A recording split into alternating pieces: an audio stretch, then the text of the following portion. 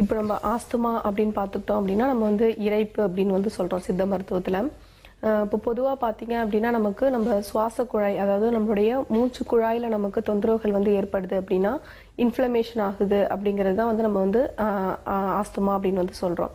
இப்போ நம்ம எடுக்கக்கூடிய சுவாசம் வந்து பார்த்தீங்க அப்படின்னா உள்ளிழுத்து வெளியில் விடுறதுக்கான சிரமம் வந்து இதில் வந்து அதிகமாக இருக்கும். அதுதான் வந்து நம்ம வந்து சித்த மருத்துவத்தில் பார்த்தீங்க அப்படின்னா நமக்கு இரைப்பு ரொம்ப கஷ்டப்பட்டு நமக்கு மூச்சு வந்து வெளிவிடுறதுக்கு நமக்கு இறைக்கக்கூடிய அந்த தன்மை ஏற்படுறதுனால நம்ம வந்து இரைப்பு அப்படின்னு வந்து சொல்லியிருக்காங்க. இப்போ மெயினாக பார்த்தீங்க அப்படின்னா நம்மளுடைய சுவாச குழாய் வந்து நமக்கு வந்து வீக்கம் ஏற்பட ஆரம்பிக்கும். அந்த குழாய் பார்த்தீங்க அப்படின்னா ஒரு டியூப் மாதிரி நமக்கு இருக்கும்போது உள்பக்கமாக நமக்கு உள் சுவரில் வந்து நமக்கு வீக்கம் ஏற்பட்டு அந்த குழாயுடைய உள் சுற்றளவு பார்த்தீங்க அப்படின்னா நமக்கு வந்து வீக்கம் ஏற்பட்டு நமக்கு சுருக்கமாகி நமக்கு வந்து நம்ம எடுக்கக்கூடிய சுவாசம் வந்து ப்ராப்பராக வந்து நமக்கு லங்ஸ் வரலையும் போயிட்டு நுரையீரல் வரலையும் போயிட்டு வெளிவரத்துக்கு தடையை வந்து அந்த வீக்கம் அந்த சுருக்கம் வந்து நமக்கு ஏற்படுத்துறதுனால தான் அந்த மூச்சு விடுறதுக்கான சிரமம் வந்து ரொம்ப ஜாஸ்தியாக இருக்குது.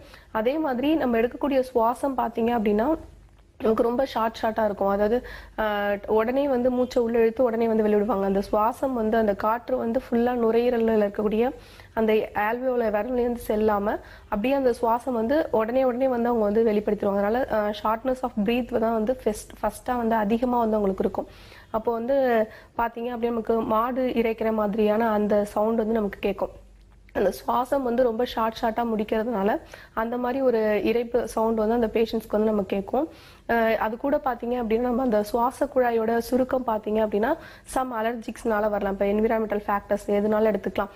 இப்போ ஏதாவது டஸ்ட் இருக்கு, இப்போ டஸ்ட்லேருந்து வந்து நமக்கு அந்த இன்ஃபெக்ஷன் வந்து உள்ளே போயிட்டு நம்ம அந்த உள் சுவரில் சுவாச குழாயில் இருக்கிற உள் சுவர் வந்து நமக்கு வந்து இன்ஃப்ளமேஷன் ஆகி அங்கே வந்து நமக்கு எக்ஸ்ட்ரா மியூக்கஸை வந்து உருவாக்கும். அதாவது ஒரு கோழை தன்மையை வந்து நமக்கு ஏற்படுத்தும் போது தான் நமக்கு சுவாசம் வந்து ஃபுல்லாக உள்ளே போயிட்டு வெளியில் வரத்துக்கு சிரமத்தை வந்து நமக்கு ஏற்படுத்துது.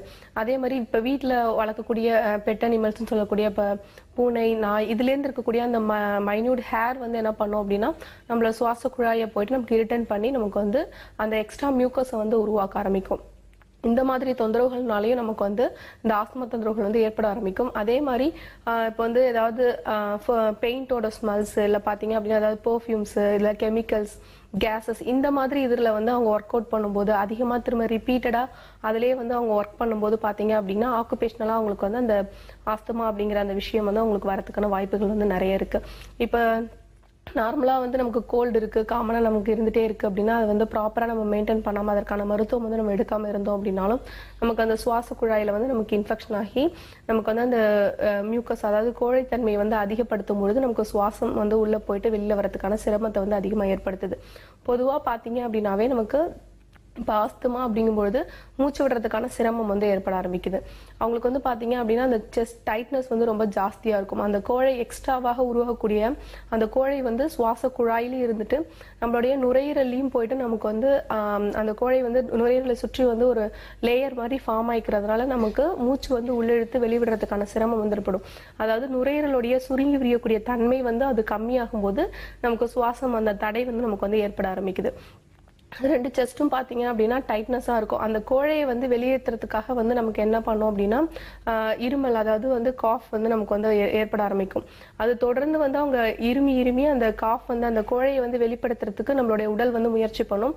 ஆனால் வந்து அந்த கோழை வந்து ரொம்ப டைட்டாக ஒரு லேயர் மாதிரி ஃபார்ம் ஆயிருக்கிறதுனால அந்த அந்த கோழை வந்து வெளியில ஏறாம இருக்கிறதுனால அந்த சளி மாதிரியான அந்த மியூக்கஸ் வெளிப்படாம இருக்கிறதுனால அந்த சுவாசம் வந்து ரொம்ப தடை ஏற்படும். அதே மாதிரி பாத்தீங்க அப்படின்னா அந்த இருமல் வந்து அவங்களுக்கு வந்து ரொம்ப ட்ரை காஃபா இருக்கும். அந்த கோழையை வந்து நம்ம வெளியேற்றிட்டோம் அப்படின்னாவே அந்த சுவாச தடை வந்து அவங்களுக்கு குறைய ஆரம்பிச்சிடும். அந்த இன்ஃப்ளமேஷனும் வந்து குறைய ஆரம்பிச்சிடும். அந்த கோழைத்தன்மை நம்ம நுரையீரலை சுற்றி இருக்கும் பொழுது இப்போ நமக்கு திரும்ப ரிப்பீட்டடாக இன்ஃபெக்ஷன் ஆகிட்டே இருந்துச்சு அப்படின்னா அந்த முழுவதுமாக அந்த கோழையை வெளியேற்றாமல் நம்ம இப்போ சொன்ன மாதிரி வந்து இன்ஹேலர்ஸோ இல்லை மாத்திரைகளோ இல்லை வந்து நர்வ் இன்ஜெக்ஷனோ இந்த மாதிரி வந்து நம்ம அந்த சிம்டம்ஸ் மட்டும் குறையிறதுக்கு அந்த நுரையீரலுடைய சுருங்கி விரியக்கூடிய தன்மை மட்டும் நம்ம வந்து இன்க்ரீஸ் பண்ணுறதுக்கான மருத்துவம் மட்டும் நம்ம எடுத்துக்கிட்டோம் அப்படின்னா திரும்பவும் அந்த கோழை வந்து நமக்கு உள்ளே இருக்கும்பொழுது திரும்பவும் ஒரு 3-4 ஹவர்ஸில் திரும்பவும் நமக்கு நார்மலாக அந்த மூச்சு விடுறதுக்கான சிரமம் வந்து ஏற்படுறதுக்கு வாய்ப்புகள் நிறைய இருக்குது. இப்போ நம்மளுடைய சித்த மருத்துவத்தில் பார்த்தீங்க அப்படியே நம்ம அந்த ஆஸ்துமா அப்படிங்கிற விஷயத்துக்கு அந்த சுவாச குழாயில் இருக்கக்கூடிய வீக்கம் அந்த இன்ஃப்ளமேஷனை வந்து குறைக்கிறதுக்கான மருந்துகளும் உள்ள இருக்கக்கூடிய அந்த மியூக்கஸ் உருவாகக்கூடிய அந்த கோழையை வந்து நமக்கு அந்த நுரையீரலை சுற்றி இருக்கிற அந்த கோழையை வந்து நம்ம கரைச்சி வெளியில கொண்டு வந்துறதுக்கான மருத்துவம் தான் நம்ம வந்து கொடுக்குறோம்.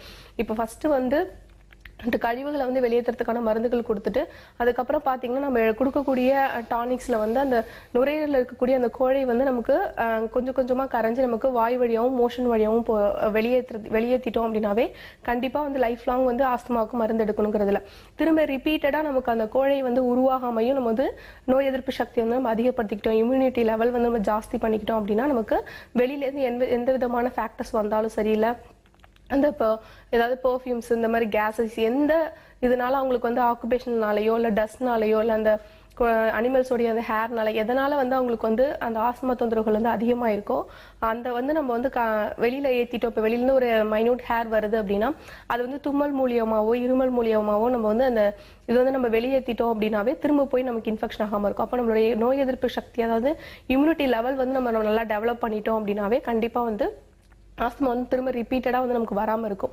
அதனால வந்து நம்ம அந்த உள்ள இருக்கக்கூடிய அந்த மியூக்கஸை ஃபுல்லா நம்ம வெளியேற்றுறதுக்கான மருத்துவமும் அது கூட பாத்தீங்கன்னா இம்யூனிட்டியை நல்லா டெவலப் பண்றதுக்கான மருத்துவமும் நம்ம கொடுத்தாவே ஆஸ்துமாவுக்கு வந்து லைஃப் லாங் வந்து நம்ம இன்ஹேலர் யூஸ் பண்ணிட்டே இருக்கணும், இல்லை இன்ஜெக்ஷன் டேப்லெட்ஸ் வந்து எடுத்துக்கிட்டே இருக்கணுங்கிற அவசியமே கிடையாது. இப்ப நம்மளோட மருத்துவமனையில பாத்தீங்க அப்படின்னா நம்ம உள்ளுக்கு அந்த கோழைகளை வந்து வெளியேற்றுறதுக்கான மருத்துவங்களும் நோய் எதிர்ப்பு சக்தியை வந்து அதிகப்படுத்துறதுக்கான டாக்னிக்ஸும் வந்து கொடுக்குறோம். அதே மாதிரி அந்த கோழை வந்து நம்ம வெளியேற்றுறது வந்து எப்படி பண்றோம் அப்படின்னா நம்ம நசியம் அப்படின்னு சொல்லக்கூடிய அந்த பஞ்சகர்மா தெரப்பியும் பண்றோம். அந்த நசியம் ட்ரீட்மெண்ட் வந்து நம்ம பண்ணும்போது அந்த கோழை வந்து நமக்கு நல்லா கரைஞ்சு நமக்கு வந்து வாய் வழியாகவும் நம்மளுடைய மோஷன் வழியாகவும் நல்லா ஃப்ரீயா வெளியேற்றிட்டோம் அப்படின்னாவே திரும்ப ரிப்பீட்டடா இன்ஃபெக்ஷன் ஆகாமல் பார்த்துக்கூடியும். அதே மாதிரி அந்த சுவாச குழாயில் இருக்கக்கூடிய வீக்கங்களும் குறையறதுக்கான மருத்துவங்கள் நம்ம எடுக்கும்போது ஒரு குறிப்பிட்ட கால அளவில் அவங்களுக்கு எந்த அளவுக்கு வந்து அந்த மியூக்கஸ் வந்து இருக்கோ அதுக்கேற்ற மாதிரி நம்ம வந்து மருந்துகள் வந்து கொடுக்கும்போது கண்டிப்பா வந்து ஒரு 3 மாதத்திலிருந்து ஒரு 6 மாதத்துக்குள்ள தொடர்ந்து நம்ம எடுத்தோம் அப்படின்னாவே லைஃப் லாங் வந்து இன்ஹேலர் எடுக்கணுங்கிறதுல இப்ப நம்மளோட மருத்துவமனையில வந்து ஆஸ்துமாக்கு 20 வருஷமா வந்து நான் வந்து இன்ஹேலர் எடுத்துட்டு இருக்கேன். ஒரு நாளைக்கே வந்து ஒரு 15 முறை வந்து நான் இன்ஹேலர் யூஸ் பண்ணிட்டு இருக்கேன் அப்படிங்கிற பேஷண்ட்ஸ் கூட வந்து ஒரு மருந்து எடுத்த ஒரு 1 வீக்லயே வந்து பாத்தீங்க அப்படின்னா இன்ஹேலர் வந்து ஃபுல்லா ஸ்டாப் பண்ண ஆரம்பிச்சிருவாங்க. அந்த கோழையும் நல்லா வெளியேற்றுற மாதிரியான மருத்துவம் எடுக்கும்போது ஃபுல்லாவே எக்ஸ்பெல் ஆகி வெளியில வந்துடும். அப்ப ஈஸியா வந்து அவங்களுக்கு அந்த மூச்சு விடுறதுக்கான சிரமம் வந்து குறைஞ்சு அந்த தடை வந்து அவங்களுக்கு வந்து சுவாச தடை வந்து இல்லாம நார்மலா இருப்பாங்க.